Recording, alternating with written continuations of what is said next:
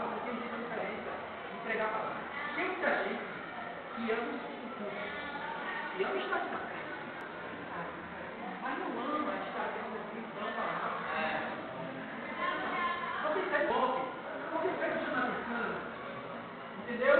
Agora o curso, para não ser conferencista, pregador, entendeu? Só fica de igreja em igreja, mas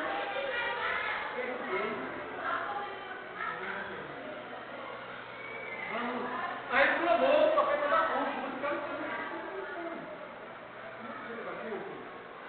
Abacuque, apesar do seu questionamento, se demonstrou uma fé inabalável na soberania divina.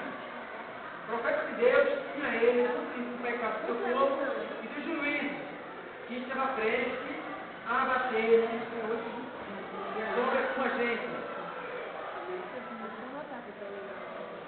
O que isso significava?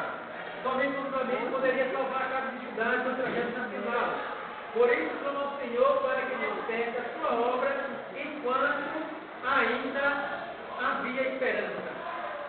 Eu não estou preocupado com o estado espiritual do seu povo, ó.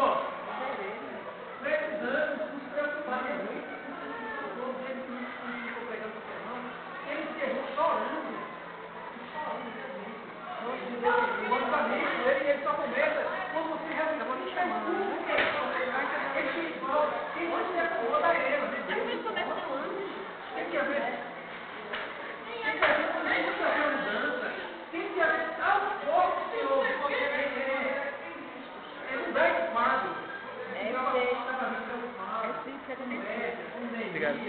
Entendeu? Como Daniel começou a confessar o pecado dele em Israel. Entendeu? E sempre a gente deve colocar isso na mente. Isso vai ficar claro na nossa mente.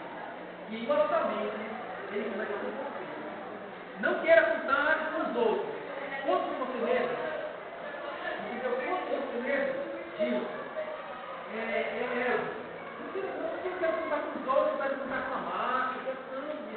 Conte com você mesmo.